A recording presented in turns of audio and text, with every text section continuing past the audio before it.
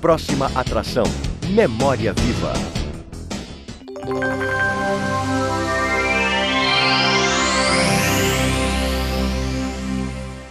Olá, estamos de volta com o programa Memória Viva, hoje numa edição daquelas que a gente costumeiramente diz que são especiais, mas nesse caso precisamente, é muito mais do que especial. Nós temos um convidado hoje que é natalense, tem 77 anos. Ele é engenheiro civil e um dos fundadores da Escola de Engenharia da UFRN.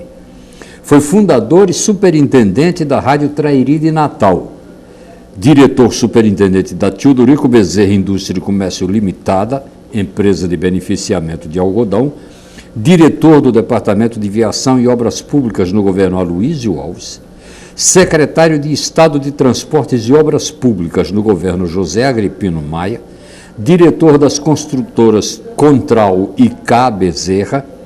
Ele foi também deputado estadual de 1983 a 1991 e atualmente ele é aposentado como professor da UFRN e exerce atividade de agropecuarista.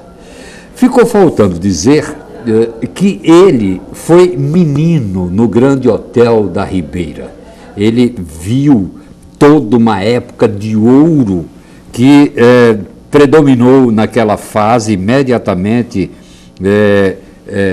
após a Segunda Guerra, aliás, durante mesmo a Segunda Guerra Mundial e após a Segunda Guerra Mundial, e viu aquela situação toda de esplendor do Grande Hotel aqui da Ribeira. Eu estou, obviamente, falando de Kleber de Carvalho Bezerra, que se encontra no programa Memória Viva para ser entrevistado por dois queridíssimos amigos, Lauro Gonçalves Bezerra, médico, seu primo muito querido, Manuel de Brito, advogado, memória viva desta cidade, um dos entrevistados aqui do nosso programa. Doutor Kleber, a gente há muito tempo acalentava a sua vinda ao programa. Mais do que isso, a gente era muito cobrado. Não eram poucas as pessoas que me encontrando, não. E doutor Kleber, quando é que vai lá e tal? Por uma série de fatores que não cabe aqui, afinal a gente não pode tomar muito tempo do programa, isso não tinha acontecido ainda. Graças a Deus que estamos aqui para essa conversa. Seja muito bem-vindo. E como eu já dei o mote da história de menino do Grande Hotel, o senhor é o único menino do Grande Hotel que a gente entrevistou nesse programa. Seja muito bem-vindo e fale inicialmente dessa sua infância na Ribeira, por favor. Talvez eu seja um dos poucos, ou talvez o único, ou o último remanescente do Grande Hotel. Talvez. Você perguntou sobre a Ribeira, eu nasci na Ribeira, na Rua das Virgens, ali onde hoje é a saída de Galvão Mesquita, da Doutor Barata. Você e outra personagem importante da cidade, né? Brincando eu digo assim. Cascudo. E aqui eu nasci na casa, ou na própria casa onde Cascudo nasceu, ou na vizinha de Cascudo, ou na vizinha da vizinha. Eram 3 casas pequenas que tem ali, que hoje foram, vamos dizer, eliminadas, e é a saída que Galvão Mesquita tem para a rua hoje, Câmara Cascudo. Perfeito. Que depois de Rua das Virgens ela passou a se chamar na antes de eu chegar de volta à Ribeira, Rua Coronel Bonifácio. Perfeito. E na década de 50, talvez 54, 55, não sei, ela passou a se chamar Câmara Cascudo. Então eu nasci numa dessas 3 casas. Eram nossos vizinhos Murilo Melo, pai de Murilo Melo Filho, Murilo Melo, Enio Melo. Então nós somos vizinhos e a nossa amizade vem de infância, do correr dessa época aí. Então depois disso aí, não sei a época, nós nos mudamos para a cidade, fomos morar na Praça Pio X, de hoje é a Catedral, e numa casa que posteriormente foi a clínica do Dr. Paulo Bittencourt de Sidney Gugel, está ali, número 328, se recorda aí do nome da casa. Certo. O retorno à Ribeira deu-se em 1939, como meu pai arrendou o Grande Hotel.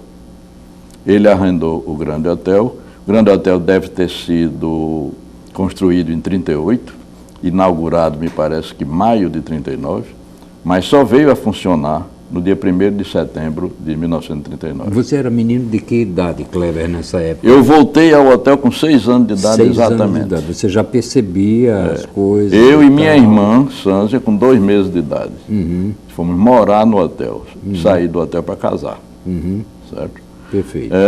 Então, vivemos essa época toda lá, acompanhando as diversas modificações, os hóspedes, a vida do hotel, a vida da Entra Ribeira. e sai. Do hotel e da Ribeira. Eu fui menino ali na Ribeira. Né? Em 1940 fui estudar no ginásio Rui Barbosa, de professor Severino Bezerra, no oitão do Teatro Carlos Gomes, da época. Isso, exatamente. Onde hoje é uma loja de veículos, me parece que Land Rover ou BMW, uma dessas assim. Ali era o colégio. Na esquina, na frente dela, tinha o Hotel Avenida. Praça Augusto Severo, que era uma beleza de praça. Né? Fui menino ali, brincando. A Ribeira dos bondes, daquela época dos bondes. Né? As bondes deixaram de existir em 1954. Eu me lembro, inclusive, que os bondes da Ribeira, uma das atividades dos meninos, da brincadeira dos meninos, era pegar morcego em bonde. Eu era passar sabão nos trilhos. Ali nos trilhos da Junqueira Águia, tudo lá, entendeu? Eu, menino, 6, 7 anos de idade, ia todo mundo pegando morcego, e eu também queria pegar meu morceguinho, né? Eu era um menino até bem comportado, direitinho, tá arrumado, assim, não era menino arteiro, como se diz. Mas resolvi pegar o morcego ali no bonde que passava, circundava a Praça Augusto Severo, ia para o Grande Hotel. A gente era do colégio com a farda toda fardada, a bolsa, pasta ali, tudo, e eu peguei o morcego no bonde. E fui saltar do bonde andando, que precisa uma certa técnica, eu não sabia. Deus. Resumindo, foi Kleber por um lado, a bolsa para o outro, cara arranhada, peguei em casa toda aí assim. Então, minha aventura de bonde. Estou dizendo isso só para a gente lembrar, dizendo eu que para mim o bonde era o transporte democrático, um transporte muito bom na época. E muito lírico, muito né? Lírico. Uma coisa romântico, bonita, um transporte romântico e democrático. Não é? Exatamente. Bom, mas aí esse menino que inicialmente vai descobrindo o mundo de uma maneira tão lírica e tão aventurosa, não apenas venturosa, mas aventurosa também, né? Tentando pegar morcego em bonde, etc. Tal, ouve falar, ainda que não se dê muito conta disso, da gravidade disso, de uma tal guerra, Você lembra de algumas coisas que marcaram esse período, Kleber? Lembro. A guerra eclodiu na Europa justamente quando nós chegamos no hotel. Aliás, minto, quando nós chegamos não, quando papai chegou. Eu vou chamar papai. Sim, é bom que a gente esclareça. Não gostou da sua ficha também, mas obviamente é uma coisa da maior relevância, e que Kleber é filho do famosíssimo político, empresário, Teodorico Bezerra. Bem, então, ele foi para lá em 1º de setembro, ele abriu o hotel. Nós morávamos na Praça Pio X, como eu disse. Nós fomos para a casa de meu avô, no Tirol, o sítio do Tirol, no qual uma das áreas hoje mora, doutor Mané de Brito. Perfeito. Que você esqueceu de dizer, é o primo querido e aí é um tio querido. Brito é seu tio. Brito é meu tio, afim, casado com minha tia. Que maravilha, não sabia do detalhe. Mas então, esses dois temos uma fotografia conhecem linda. Minha vida mais ou menos. Temos uma fotografia linda para mostrar para os telespectadores no segundo bloco, de você na companhia de Brito na capital da República. Perfeitamente. Com todo o glamour, etc. Enfim. Mas, pois bem, aí a guerra eclodiu aí quando ele foi. Nós passamos 2 meses no Tirol. Então, eu, minha mãe e minha irmã chegamos no hotel realmente em novembro de 1939. Certo. Perfeito. Então, aquelas notícias de guerra, se acompanhava aquilo tudo. Eu acompanhei ali como menino, tem o serviço de alto-falante de Luiz Romão. Que tinha um alto-falante na Praça Zé da Penha, em frente ao hotel, 9 horas da noite. Exatamente em frente Exatamente ao hotel? Em frente ao Grande Hotel, na Praça Zé da Penha. Que você tem hoje. Tá. Praça Zé da Penha, que hoje está inscrita numa área ali que se chama Largo Teodorico Bezerra. Ah, perfeito. Não tem ainda a havia sinalização. Um quiosquinho antigamente? Não, havia um coreto. Um coreto.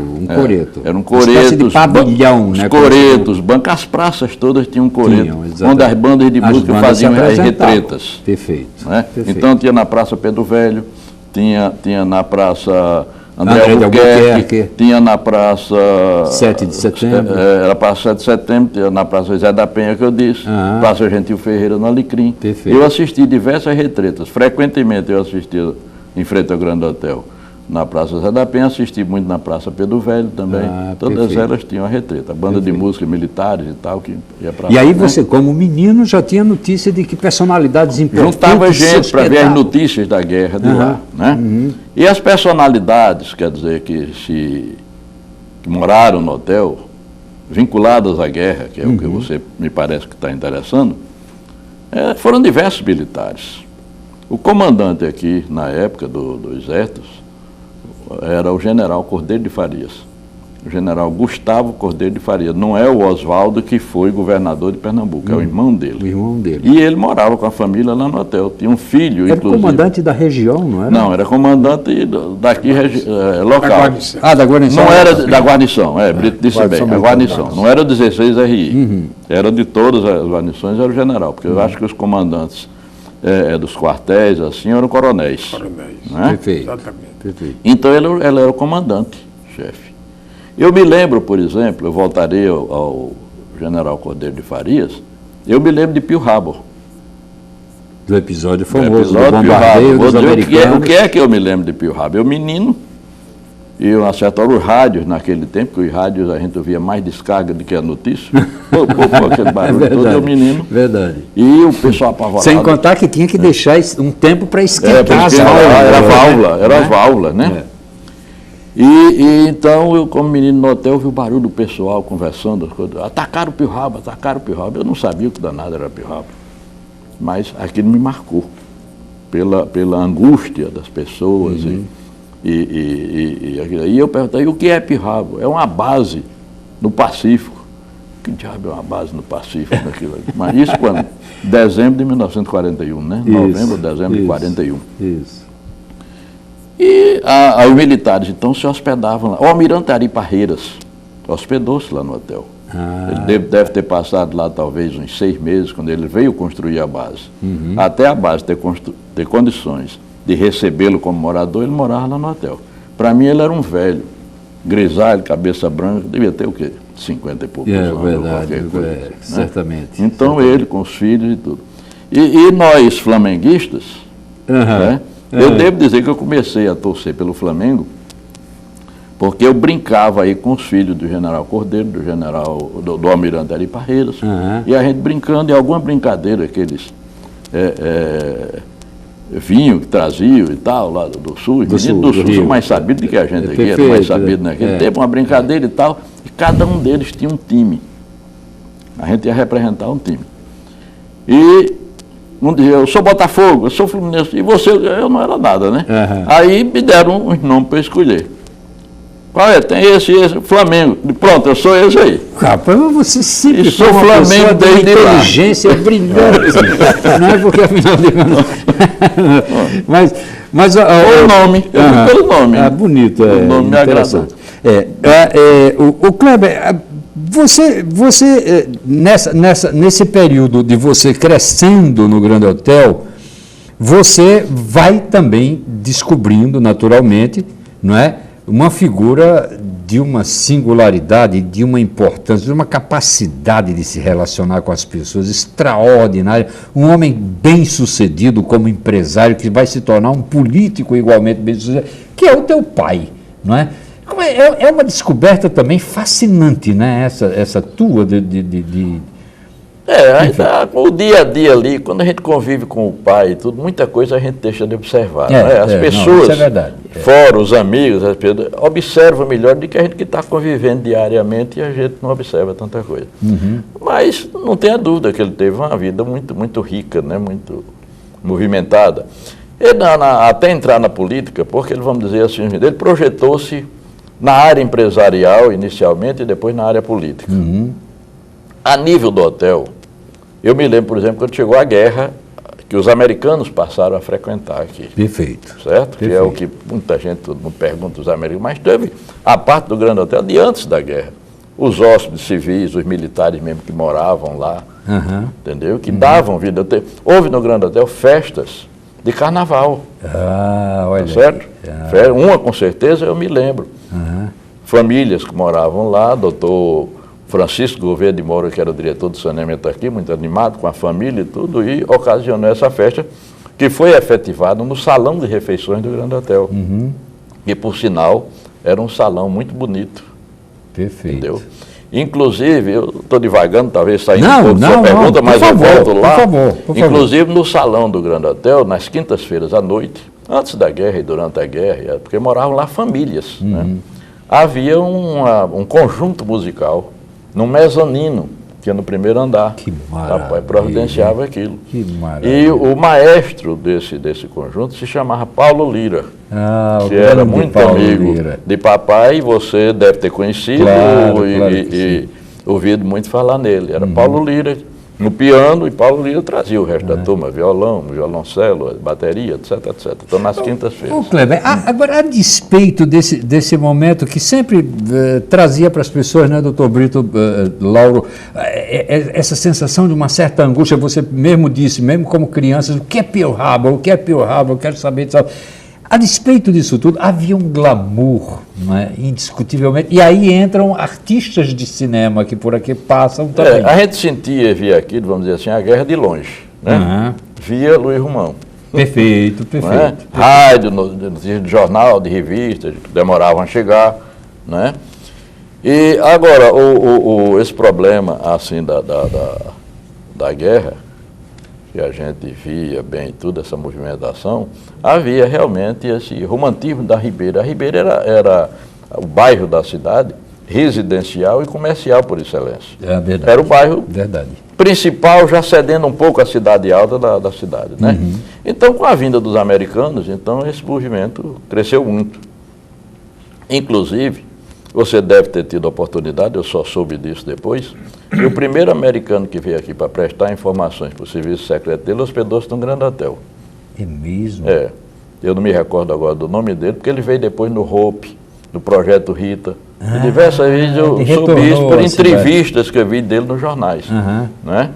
E ele dizia que transmitia para os Estados Unidos a mensagem no rádio do banheiro do hotel. É mesmo, rapaz. Olha só. Não me recordo do nome dele, não. Não era. Pessoas aí, tudo já veio diversas vezes. Então, quando começou o movimento da guerra, de soldados, marinheiros, americanos, etc., também começaram a circular os artistas, os reais, os da imaginação. Sim, claro. Não é? Claro. O que eu posso dizer a você é o seguinte, é que eu nunca vi um artista desses no Grande Hotel, nem da Doutor Barata. Para frustração geral das pessoas com as quais você conversa. Eu nunca vi. Por exemplo, você há de perguntar, fulano teve no Grande Hotel, falando na Doutor Barata, boca larga, não sei quem. Então, eu nunca, não quer dizer isso, que não tenha estado aqui. Claro. Eu não tive a oportunidade de ver, comentar assim. Tive um, sim, esse eu vi. Tyrone Power.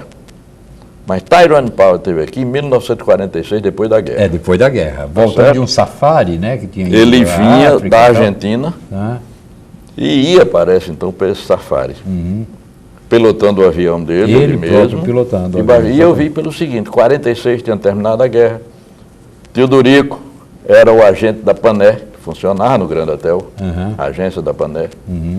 E as funcionárias da Pané, os funcionários e tal, eram Zenita Serrano, Zélia Consentino, Agenor Galiza e Olímpio Procópio, que era sócio do papai nessa época no hotel e tudo, me levaram para o aeroporto para receber Tyrone Power, ou para ver Tyrone Power chegar. Tá. Porque a Pané era quem cuidava do abastecimento dos aviões no aeroporto. E isso propiciou você E eu fui e vi Italiano Paulo chegar e ver tal. um dos maiores astros do cinema da época. Era realmente... Kleber, nós vamos fazer o primeiro intervalo do programa. Nós nos detivemos, e era natural que fosse assim, nesse momento da guerra. Depois você deixa a guerra de lado e vai cuidar da sua vida, né? E é o tempo que você vai iniciar sua formação, etc. Sobre isso, conversaremos no segundo bloco do programa, já com o concurso de Brito e de Lauro, para acompanhar a trajetória tão intensa deste homem que esteve sempre no centro dos acontecimentos, dos grandes acontecimentos da cidade e do Estado. Daqui a pouco nós retornamos.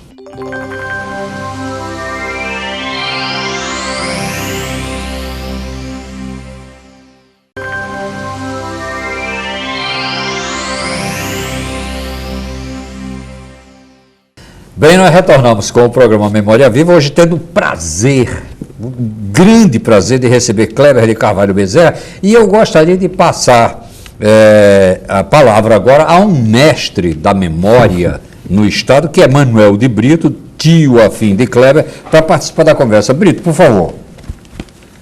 Olha, eu tenho muito prazer em estar nesse seu programa, pelo prestígio e pela acolhida que nós recebemos aqui. Obrigado. Você é um amigo fraternal, a quem nós distinguimos e consideramos. Me referindo a Kleber, foi criado, como ele acabou de dizer, no Grande Hotel. Então teve a oportunidade de conviver com toda a qualidade de hóspede que por lá passou, né? E nessa condição ele sofreu, de uma forma direta ou indireta, influências benéficas, creio eu, porque ele formou uma personalidade íntegra, decente, de caráter, e eu gostaria de perguntar a ele, não é, se esses hóspedes de diversos padrões que por lá passaram influíram na escolha da profissão que ele abraçou, que depois eu cheguei à conclusão que ele não ficou só nela, ele é um polivalente, né? Porque engenheiro civil, né, professor, fundador da escola de engenharia da universidade, né, jornalista, que escreveu no Jornal do Comércio daqui, Perfeito. Não é? Perfeito. E radialista, porque presidia uma emissora de rádio, da Rádio foi Faria. diretor, etc. Agropecuarista, não é? Então vai por aí afora, é um polivalente. Né? Perfeito. Ele tocou e toca muitos instrumentos, não é isso? É verdade. Então, Kleber, creio eu que você deve ter sofrido uma influência benéfica, sem dúvida, para escolher a carreira que abraçou. Primeiro, eu vou dizer, se eu chegar, a memória já falha às vezes, aí eu quero botar os que Brito. Mas Brito tocou aí, então eu dizer, quando diz as pessoas que se hospedavam lá, que podiam moldar ou contribuir para isso, né? E foi uma pergunta muito interessante, porque isso me fez recordar alguma coisa. Primeiro, meu pai dizia que o hotel era uma grande escola, que lá se hospedava o príncipe, a rainha, o médico, o engenheiro, o industrial, o ladrão, o larápio, o não sei o quê. Você não tinha escolha. Maravilha. Não tinha disso tudo. Maravilha. Então, dentro dos hóspedes do hotel, Brito, na época, sei até que ponto pode ter influenciado isso, mas o primeiro hóspede do Grande Hotel chamado Dr. Póvoa. Era um engenheiro do saneamento, do escritório Saturnino de Brito, que trabalhou na construção do saneamento aqui de Natal. O saneamento foi 37, 38 e terminou por aí também. Eu me lembro do Dr. Póvoa, só ele, velhinho para a época para mim, cabeça branca, muito vagamente. E depois Dr. Moura, Francisco Gouveia do Moura, que era também o diretor do saneamento que substituiu o Dr. Póvoa. Era um paraibano com a família, ele, a esposa Dona Olga e 3 filhas. Engenheiro. Perfeito. Passaram por lá todos os diretores do saneamento depois dele. Dr. Rodrigo Lopes, Dr. Carlos Coco de Carvalho, que veio a ser meu sogro, engenheiro, Dr. Rodrigo Lopes, engenheiro. E durante a guerra tinha um casal lá, sem filhos, que se chamava Dr. Orlando Marques e Dona Laíca, embora ainda às vezes assim. Ele não tinha filho e gostava de menino e correr tudo, e ele fez uma coleção de selos para mim. Então, até hoje ainda tem a coleção de selo. Ele era engenheiro. Olha só. Engenheiro da rede ferroviária, doutor Hélio Lobo passou por lá, engenheiro da rede ferroviária. E aí eu me pergunto, será que o convívio com esses engenheiros todos contribuíram para que eu viesse a isso? Além de papai querer ter um filho engenheiro. Ah, é? Era um sonho de Teodorico, é? Tanto que, no Rio de Janeiro, já vou andar pelo Rio, mas a gente tem que devagar. Quando eu fui estudar no Rio de Janeiro, e que aí, como dizer, aumentou, cultivamos mais amizade, eu com Brito, Sim. no período do Rio de Janeiro. Eu vou aproveitar, à medida que você vai falando, eu já vou mostrando aqui algumas fotos. Eu vou pedir aos meninos, pode continuar, Kleber, Certo. por favor. Então, enquanto eles estava no Rio de enquadram. Janeiro, eu saí daqui para fazer o 3º ano científico no Rio de Janeiro. A nossa base aqui, principalmente nas ciências exatas, era um pouco deficiente. E lá, eu sentindo a dificuldade no colégio, eu fui para um dos colégios mais difíceis do Rio de Janeiro, Colégio Andrews, em Botafogo. Andrews, em Botafogo. Os dois mais difíceis eram o Santo Inácio e o Andrews. Nós não conseguimos vaga no Santo Inácio, eu fui para o Andrews. No meio do primeiro semestre, no meio do ano, primeiro semestre, eu sentindo as dificuldades, as notas não estavam lá, essas coisas todas. E eu aqui no Marista era até bom aluno. E o objetivo era o vestibular. Certo. Eu fazia também um cursinho. Certo. Mas aí eu sentia dificuldade e no meio do ano consegui mudar para outro colégio mais fácil, porque o objetivo era ser aprovado e estudar no cursinho para o vestibular. Sentindo a dificuldade da engenharia, fui para papai. Pensar com ele, querendo desistir de fazer engenharia, porque eu não ia passar no vestibular. Aí pensando em direito, eu gostava também de direito, eu acho que não fosse engenheiro, é capaz de eu ter sido advogado.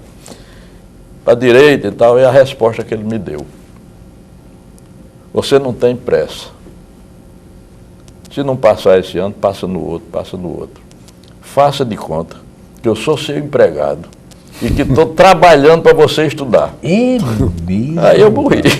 Ah, rapaz, que Não argumento tem fantástico. pronto. Você não tem pressa. Faça de conta que eu sou seu empregado, estou trabalhando para você estudar. Que maravilha. Vai fazer Mas isso. por que era essa coisa tão forte nele em relação à engenharia? Ele Era achava um que a sonho profissão dele, da talvez? época, ele achava que a profissão da época, de profissão de mais futuro e tudo, era engenharia. Você vê que Ele acreditava em engenharia. que homem E de era. visão que E era Teodorico, ele né? deve ter sido talvez até um engenheiro frustrado, porque não ficava lá Pois na é. fazenda e tudo, ele construiu tanto, fazia Pois tantas é, construções pois é. que a gente dizia isso a ele. Chegou a construir Ele- uma cidade, né?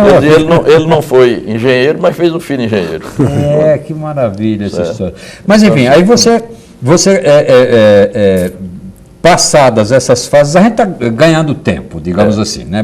A fase de formação, ginásio, etc., você já presta vestibular no Rio de Janeiro. No Rio você de estava Janeiro. dizendo. Mas então eu queria primeiro dizer que essa pergunta de Brito, provavelmente com essas colocações que foram feitas aí, Pronto. deve ter visto a influência. Pronto, vou mostrar, Kleber, também algumas fotos muito boas. Aqui você está com a senhora, sua mãe, é isso? A sua Minha irmã? mãe e minha irmã. Ah, você, nessa época, talvez já fosse acadêmico? Não, Ainda eu era menino de 14 anos de idade. Aqui? É. Ah, é? Deixa eu olhar para o retrato. Pronto. 14 anos de idade, tá bom. 15 anos de idade. Tá certo. Bom, e aí, concluído o seu curso de engenharia, você, obviamente, Não, eu retorna- estudei em Recife. Ah, No você- Rio eu não fui aprovado no vestibular, vim para Recife. Ah, Por uma tá dessas certo. coisas, a minha namorada aqui, que era filha do Dr. Carlos Coco de Carvalho, diretor do saneamento, ele foi morar em Recife e eu também vim para Recife. Por uma dessas contingências todas, continuamos o namoro e casamos hoje. Ah, que maravilha. 5 filhos e 10 netos. Bom, eu tenho aqui exatamente uma foto, uma homenagem à sua esposa também, não é? Que a gente, tá certo? Essa é uma foto recente sua, não é? Relativamente recente. É. Bom, Recife... Mas bem, então eu não passei. Uhum. E vim então para Recife. E lá foi que eu fiz o vestibular na segunda vez. E só passei na terceira. Certo. Entendeu? Me formei lá e casamos Ou seja- e voltei para Natal. Ou seja, você assimilou a obstinação de Teodorico Perfeito. para se tornar realmente o engenheiro que você acabou se tornando. Não é que eu não tivesse vocação, mas vocação é coisa, também, a gente sofre alguma influência. Eu não seria, por exemplo, nunca médico. Você como Teodorico, soube ter paciência também, né? Porque você descreveu desde a sua formatura e da sua atividade junto não apenas ao seu próprio pai, as empresas dele, etc., mas a carreira política que você vem a desenvolver depois e a atividade na administração pública, comprovando a sua eficiência, exatamente a sua competência como... Agora eu queria voltar ao Rio de Janeiro, para a gente não passar lá. No Rio de Janeiro eu passei 2 anos. Perfeito. Certo? Perfeito. E, claro, um período muito gratificante, muito bom e tudo. E Brito, quer dizer, nossa amizade intensificou-se aí, ele era muito ligado a papai também e tudo. E Brito era o meu supridor de recursos. Ah, é? A minha mesada era Brito que me entregava a comida. Tá certo. Brito era procurador de papai. Recebia o dinheiro dele. Vou mostrar novamente a foto, essa foto maravilhosa de Kleber com Brito em pleno Rio de Janeiro. Vocês estão vendo? Isso é a calçada de Copacabana. Desfilando elegância na Cinelândia. Tá certo. Piso parecido. Brito com a gravatinha borboleta aí, cheio de charme, sapato de duas cores, enfim. Mas esse período, ele era então o provedor. Ele recebia o dinheiro do papai da Câmara, fazia os pagamentos do papai, então, e era quem me dava então a minha mesada, o dinheiro do Rio de Janeiro, me entregava. Quem administrava as finanças do papai não era Brito. Maravilha. Eu fui para Recife. Eu não recebia dinheiro do papai, era Brito quem continuava mandando meu dinheiro lá. Ah, é? Recife. Era Mané de Brito quem continuava. Mas aí, aí vamos aí o que você quer. Não, concluído o seu curso, é isso que eu quero saber. Você retorna a Natal já casado? Não, ainda não. Noivei. Naquele tempo era o seguinte, no regime com o papai, eu só tive o direito de noivar quando me formei, só me formar quando tivesse formado, com a perspectiva de poder casar. Ele teve aquela vez, foi um dos argumentos que ele certamente utilizou para você se formar. Se forme, que eu deixo. Aí você forma, noiva quando tem perspectiva de poder casar. Sem trabalho, sem profissão e tudo, não pode dar noiva. Ô Kleber, você engenheiro, você retorna e aí começa, qual o tipo de atividade que você... Quando eu me formei, que cheguei aqui, papai Teodorico me conseguiu um trabalho, um emprego no governo de Juscelino, aqui no 5º Distrito de Portos, Rios e Canais. Eu fui engenheiro do Porto. Ah, tá. De onde pedi demissão, você presta atenção das coisas. Eu vou mostrando aqui também, eu tenho um documento precioso, você vai falando, Kleber, por favor, para o telespectador poder ver. Aqui você, juntamente com Juscelino, aparece o ex-governador Aloysio ao fundo, e Juscelino cortando uma fita de inauguração. A fita da inauguração da Rádio Trairi. Da Rádio Trairi. Dia 1º ou 2 de setembro de 1962. Perfeito. Juscelino veio a Natal, a convite de Teodorico, para a inauguração da Rádio Trairi. E aqui, então, era a época de eleição. Aproveitou-se, era a eleição de senador de 62, para se fazer um grande comício no Grande Ponto com a presença de Juscelino. Juscelino era, nessa época, senador por Goiás e veio a convite de Teodorico para a inauguração da rádio. O objetivo da vinda dele aqui em Natal foi Ele não era presidente ainda não, né? Não, já tinha sido presidente. Ah, já tinha sido. Já tinha sido. Ah, tá. Quando o presidente, em campanha, ele foi a Santa Cruz para uma vaquejada que Teodorico promoveu em Santa Cruz. Ah, perfeito. Tá certo? Perfeito. Bem, então eu me formei, vim aqui para Natal, fui trabalhar no Porto. Trabalhei, aí veio a eleição, foi no ano de eleição, foi 59, fim de 59, no ano de 60, veio a eleição de Aloysio Alves. Isso. Aloysio eleito, apoiado por Teodorico, PSD, etc. Eu fui convidado para ser secretário de Viação e Obras Públicas, cuja secretaria não existia ainda. Perfeito. Então, enquanto seria criada a secretaria ou não, eu fui nomeado para o Departamento de Viação e Obras Públicas do Estado. Com atribuições de secretário, despachando direto com o governador, etc. Tanto que você vê aí naquela fotografia em Mossoró, aí, reunião do secretariado, eu era, na realidade, oficialmente um diretor de um departamento. É exatamente essa foto que o telespectador vê agora, onde se encontram várias personalidades, Grimaldi Ribeiro, então bispo diocesano de Mossoró, Dom Diniz, não é? Doutor Duarte. Doutor Duarte Tomás Filho, Ferreira de Souza. Exatamente. Manuel Leão Filho, que era secretário de Agricultura. Essa era uma parte da equipe do então governador Aloysio Alves, da qual você fazia parte. Fazia parte, que passamos um mês em Mossoró. Bem, aí quando eu fui convidado... Desculpe, Kleber, você me dizia antes de o programa começar que essa foto particularmente tem uma singularidade que outra. É uma outra foto que aqui se encontra. Essa da missa. Ah, tá. Mas é uma foto que não se encontra aqui, mas não interessa. Aqui, vocês estiveram em Mossoró numa situação muito especial e um dos lances típicos do então governador Aloysio Alves, né? Da perspicácia dele. Se bem que foi Brito que lembrou. Foi Grimaldi. Foi Grimaldi quem lembrou. Ribeiro. O que estava acontecendo? É o seguinte, ia completar 10 anos da morte de Sé. E não havia em Mossoró nenhuma movimentação local de uma homenagem. Nada oficial. Nada oficial. Que marcasse o transcurso da data. Aí, no almoço na casa do Dr. Duarte, nós estávamos hospedados na casa do Dr. Duarte, eu, Grimaldi, Aloysio e Dona Ivone, no almoço, foi lembrado dessa data, e Grimaldi deu a ideia de mandar celebrar uma missa, o governo mandar celebrar uma missa e colocar uma coroa de flores num busto, numa estátua de Sé que tem lá na praça. Lá na Praça da Catedral. Na praça... Quer dizer, a Luísa... Praça Vigário Antônio Joaquim. O Mossoró tem essa coisa curiosa, né? A praça chama Vigário Antônio Joaquim e tem a estátua de Sé. A Avenida de Sé Rosado tem como marca inicial um busto do Vigário Antônio Joaquim. Porque nesse período aí, Brito não era secretário, Brito era deputado. Brito era deputado, é verdade. É verdade.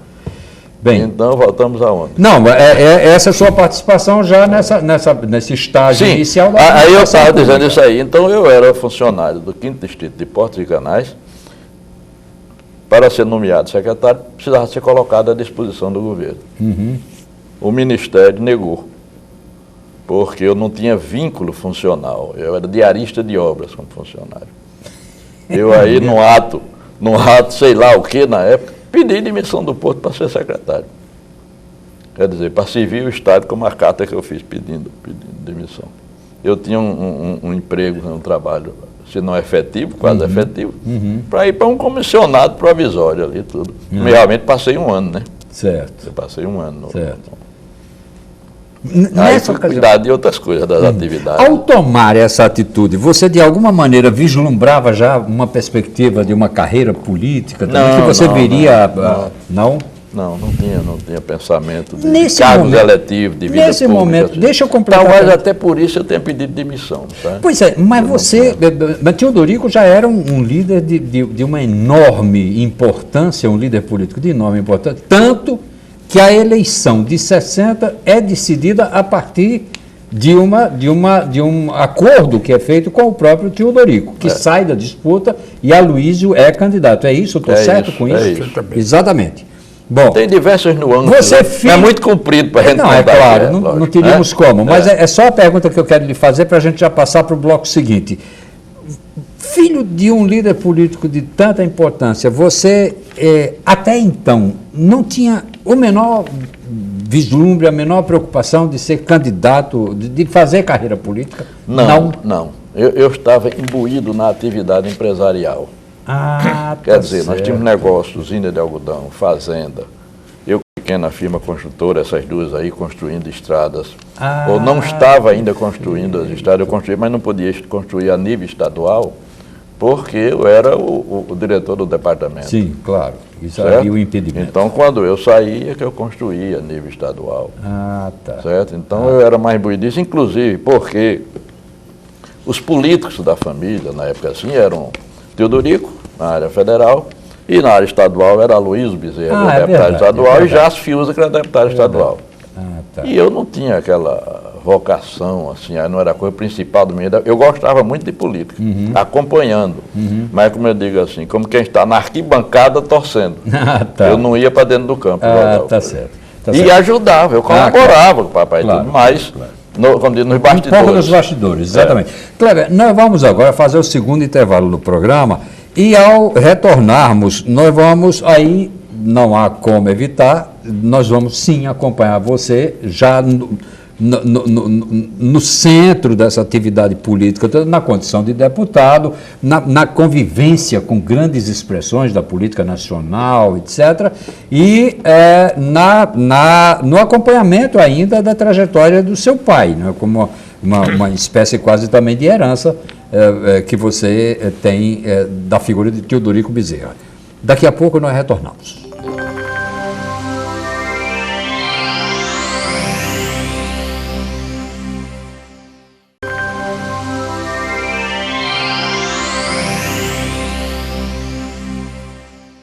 Bem, nós retornamos com o programa Memória Viva, hoje tendo o prazer de receber Kleber de Carvalho Bezerra. E agora sim, eu queria colocar nessa nossa conversa o grande Lauro Gonçalves Bezerra, primo muito querido de Kleber, para participar também, Lauro. Essa coisa da política, a panela fervendo politicamente falando, como é que... realmente a vida de Kleber foi toda dentro do redemoinho da política do Estado, e ele tem uma lembrança aí de que quase era levado a ser candidato a deputado federal em 1970 e posteriormente ele foi também forçado pelo pai a ser candidato a deputado estadual. Ou você vai ou todo mundo sai da política, sou de novo. Ele vai contar essa história, mas eu queria que ele também, vou aproveitar só e fazer uma pergunta mesmo, um pouquinho da lembrança da conversa com o Colégio Marista, na época da guerra, com irmãos maristas alemães, franceses, portugueses, muito inteligente, e um pouco da convivência de Recife também, que ele morou muito tempo em Recife, onde se formou. Só isso. Então eu vou começar pelo Marista, pela ordem, né? Eu saí do ginásio Barbosa, lá na Ribeira, e fui para o Colégio Marista em 1944, para fazer o primeiro ano ginasial. Não pude fazer porque naquela época havia uma exigência de idade. 11 anos. Tinha que ter 11 anos, para ser bem exato, 10 anos e meio. Mais de 6 meses para poder entrar no ginásio. E eu não tinha essa idade, eu só tinha 10 anos. Aí eu tive que repetir no Marista o último ano do primário, chamado admissão, para entrar. Passei no Marista 7 anos. Saí no segundo ano científico, ao terminar o segundo, porque não tinha o terceiro. Foi quando fui então para o Rio de Janeiro. E lá tivemos diversos colegas, fomos colegas de turma, muita gente. Eu e Lauro fomos colegas de turma, colegas. Quer dizer, essa amizade vem dizer, primo, mesma idade, mesmo ano. Ia para Santa Cruz, ficava na casa de Tio Benu, no Grande Hotel. Nós tivemos um intervalo, assim, no afastamento, quando ele resolveu ser padre. Ele foi para o seminário, passou 3 anos no seminário. Foi rezar pela família. Aí nós perdemos, isso no segundo ano ginasial. No segundo ano ginasial, no terceiro ele foi fazer coisa. Aí nos reunimos, nos reencontramos novamente em Recife. Já na parte de curso superior. Moramos juntos no mesmo apartamento. Que Manuel Brito teve a honra de nos visitar por lá. Período de Boêmia, naturalmente. Aí passamos, eu passei em Recife 6 anos, certo? Quando me formei, Lauro ainda ficou lá. Lauro é veterinário e médico, vocês sabem. Ele trata de gente e de animais. Bem, então, esse período foi um período muito rico, muito bom, muito interessante de convívio com os colegas todos daqui. No apartamento que nós alugamos lá, tínhamos a República, onde moravam conosco diversos moraram, Haroldo Bezerra, Franklin Bezerra, Ronald Gugel, Sidney Gugel, Cílio Carvalho. Maravilhoso. E outros por aí, assim. Sensacional. Gente, o ator. Bem, então foi esse Aí, período. aí o outro que você está entrando aí agora. A política e a sua quase eleição de deputado federal. Não foi quase eleição, não cheguei nem. Não. Hoje tem uma figura do pré-candidato, não cheguei nem a ser pré-candidato. Em 1970, havia uma impugnação no tribunal contra papai. Ele era o candidato à eleição em 1970 e ele não logrou êxito aqui no Tribunal de Justiça, Tribunal Eleitoral daqui, onde ele perdeu, quer dizer, a candidatura dele foi impugnada por unanimidade. Claro que tudo isso terminava em Brasília, o recurso para Brasília. Enquanto esse recurso tramitava lá, que deve ter gasto, sei lá, talvez um mês, inclusive, ele nessa eleição ele não foi eleito, e isso deve ter contribuído substancialmente. Claro. Porque o camarada passa um mês sem saber se é candidato, se não é e tal e coisa. Foi. Então, quando estava lá, ele me chamou um dia e me disse, olha, não sabe o resultado desse julgamento, e se eu não puder ser candidato, você se prepare para você ser candidato a deputado federal. Nós já gastamos na política, vou deixar ele no meio do caminho. Certo? Tem que estar certo, não tem problema não. Ficou nisso, mas ele ganhou por unanimidade em Brasília e foi candidato. Então, essa foi a primeira etapa. Aí, Lauro, quer dizer que ele que você não queria me ser fez candidato. entrar para estadual. O que eu era mesmo, era empresário, quer dizer, tomava conta das usinas de algodão, e as fábricas e tudo. A minha vocação era aquela, agropecuária, plantador de algodão, criador de gado. E vamos dizer o seguinte, Brito disse que eu sou eclético. Polivalente. Polivalente. Polivalente. Eu nunca fui brilhante em coisa nenhuma. Agora, por onde eu passei, dei conta do recado. Não presta atenção, mas por onde passei... Meu nobre colega... Por onde passei, dei conta do recado. Tá certo? Então, isso aí foi como político, como empresário, como coisa. Então, um dia nós estávamos na fazenda, em Irapuru. Fazenda do seu pai. Fazenda do meu pai.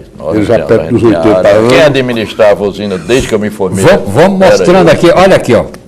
Você vai falando fazenda do seu pai, eu vou mostrando aqui. Olha essa foto sensacional. Essa foto aí foi na entrega do título de cidadão a Frei Damião, em Currais Novos. Certo? Mas vamos lá na fazenda. Então, o papai chegou lá, no movimento lá em Tangará, e vinha no ano seguinte a eleição de prefeito. Ele tinha feito o prefeito do Antes sempre era eleito por ele.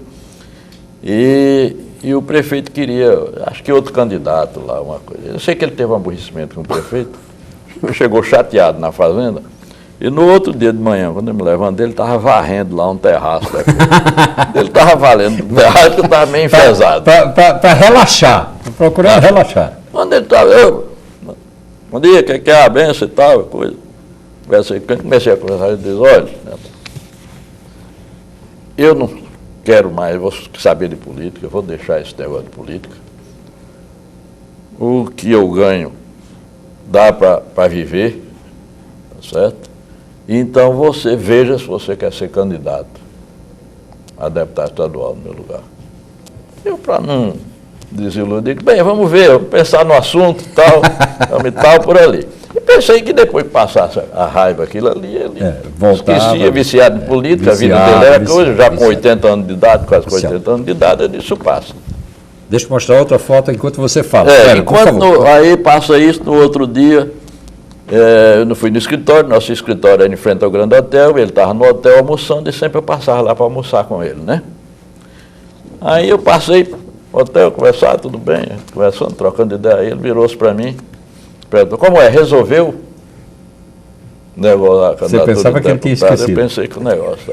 Eu digo, não, eu estou vendo ainda, vou ver aqui as coisas e tal, pensar as atividades empresariais e tal, passa a coisa. Outra vez que eu volto, terceira vez, ele me cobra de novo. Olha, você resolva, porque se você não for, eu sou de qualquer jeito. Sei que não me elejo mais, mas sou candidato.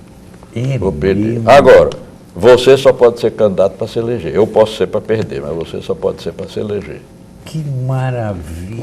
Forçou a barra. Eu digo, tá bom. Então tá certo. Irrefutável, você não tinha como fugir. Né? Então tá certo. Aí, vou fazer as contas, vou ver e tal. Fui, nas minhas contas tinha 8 mil votos. Na eleição tive 16.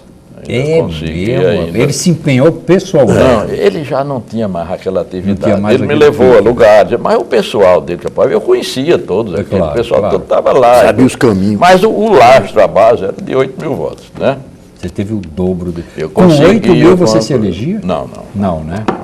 Elegia 13 mil. 13 mil, mas foi uma eleição... Então foi a minha primeira eleição. Folgada, né? Foi a minha primeira eleição, foi essa. Cléber, aqui você aparece na companhia de uma das maiores figuras da República em todos os tempos. Aqui, em primeiro plano à esquerda, ou à direita à esquerda do telespectador, você tem José Agripino, governador. Tancredo e eu. Tancredo Neves. Eu era deputado aí. Você era deputado nessa época, né?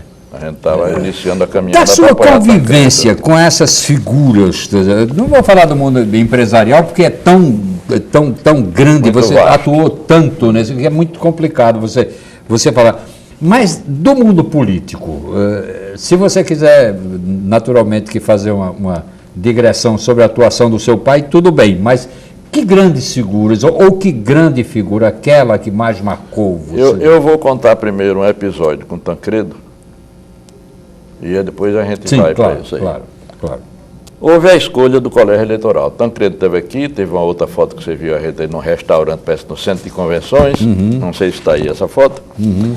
E ele foi embora e aqui foi feita a escolha do colégio eleitoral. Eu fui escolhido suplente do colégio eleitoral. Eram, se não me engano, 5 membros e 2 suplentes. Os deputados, representantes da... E, claro, quando chegou a escolha, foi a conhecimento de Tancredo ligou para mim. Ligou e tal. Bezerra, ligando para lhe parabenizar pela escolha, parará. Eu digo, não, presidente, isso aí é um prazer, eu quero dizer ao senhor é o seguinte, é que o senhor, se depender do Rio Grande do Norte, pode se preparar para subir as rampas do Palácio do Planalto. Aí ele deu assim, achando uma risada. Kleber, nada, vamos subir juntos. Aí eu digo isso, depois ele adoeceu, faleceu. Nem subiu ele nem você. Aí eu, para ver se ele... Doutor Lauro, nem subiu ele nem você. Não, e eu não fiz questão de acompanhá-lo depois. Evidentemente. Aí, o seguinte, ele aí nisso, aí eu, para ver se ele estava reconhecendo com quem eu estava falando a coisa, eu disse, presidente, papai manda um abraço para o senhor. Teodorico é um velho amigo que mora no meu coração. Maravilha. Porque eles foram deputados juntos. Foram sim. E quando o papai era presidente do PSD aqui, ele era presidente do PSD de Minas Gerais. Minas, exatamente. Então, às vezes que ele vinha aqui, ele ia recebê-lo no aeroporto, papai ia recebê-lo. Então, diversas fotografias com ele aqui. Perfeito. Né? Bem, aí você pediu as figuras da política, né? Para a gente fazer a nível estadual e federal, não é isso? Eu devo dizer que, para mim, a maior figura da política estadual dela se chama senador Georgino Avelino. Georgino? Para mim. Diversas outras figuras, sim, cada um. Claro. E a plano federal, para mim a maior figura é Juscelino Kubitschek de Oliveira. Juscelino era um Eu homem... sou admirador democrata. Eu acho que a história política brasileira, Brito, você há de concordar comigo, jamais deixará de reverenciar a figura de Juscelino por esse aspecto. Sem dúvida. O dado novo que aconteceu na política brasileira. A grande figura a ideia de progresso, de desenvolvimento, o arroz. Presidente, um democrata na acepção da palavra. Não é? Não é? Exatamente. E aqui no estado, o senador Georgino, num prazo curto de tempo, ele não teve uma longevidade política, tanto assim, mas teve. Depois você tem as figuras de Nath Maris, que foi a de Aloysio Alves. Para mim, o maior líder popular do estado foi Aloysio, né? Perfeito. Isso aí, negavelmente. Exatamente. Então, grande liderança. E para mim, no país, depois de Juscelino, Getúlio Vargas. Grande Getúlio. Kleber, obviamente, eu não vou lhe perguntar se você tem arrependimento por não continuar na política, que eu tenho certeza de que você não tem, pelo perfil né, que você... Posso dizer alguma coisa disso aí? Deve. Devo dizer o seguinte, eu não me arrependo de ter sido, foi gratificante, valeu, e não me arrependo de ter deixado. Pronto. Maravilha. Maravilha. Mas é exatamente isso que eu estava querendo perguntar para você. A despeito desse ensaio e tudo e tal, há alguma coisa na sua vida que, numa palavra, você teria algum arrependimento? Que eu poderia ter feito isso e não fiz? Não. Não. O tipo de pessoa que você é, isso não existe. Não, isso não conta. Tá bom. Assim, nada que tem que ser marcante, pelo menos assim. Que tá certo. Marcado, certo. Tá certo. Meu amigo, deixa eu lhe dizer uma coisa. A sua vinda ao programa, depois dessa demora toda, que você já devia ter vindo há mais tempo, nos encheu a todos de alegria, né? Quer dizer, foi uma experiência que passou para o telespectador de uma figura não apenas interessante, como uma vida rica, cheia de episódios interessantes e com uma vivência com pessoas das mais variadas categorias da política, do empresariado, que foram notáveis sob todos os aspectos e que revelou em você uma pessoa, Kleber, de uma autenticidade que realmente comovente. Essa coisa sua de de não querer ser político, com toda uma carreira que lhe foi oferecida de peito aberto, com a garantia da força política que o seu pai tinha, não é?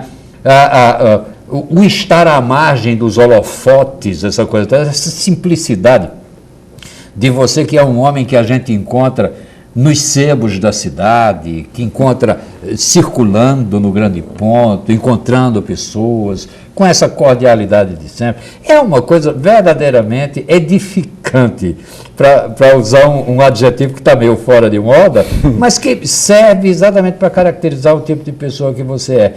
E o fato de você ter vindo aqui significa, para completar, uma grande contribuição à memória dessa cidade e desse estado. De maneira que eu tenho que lhe agradecer. Eu que agradeço as palavras elogiosas e tudo, e a oportunidade de ter vindo aqui para conversar com vocês. Então, foi uma coisa maravilhosa para a gente. Agradeço também a figura desse grande querido Lauro Bezerra e a esse grande Brito, que é a memória viva, ele próprio, do estado do Rio Grande do Norte. Nós prometemos retornar na próxima semana.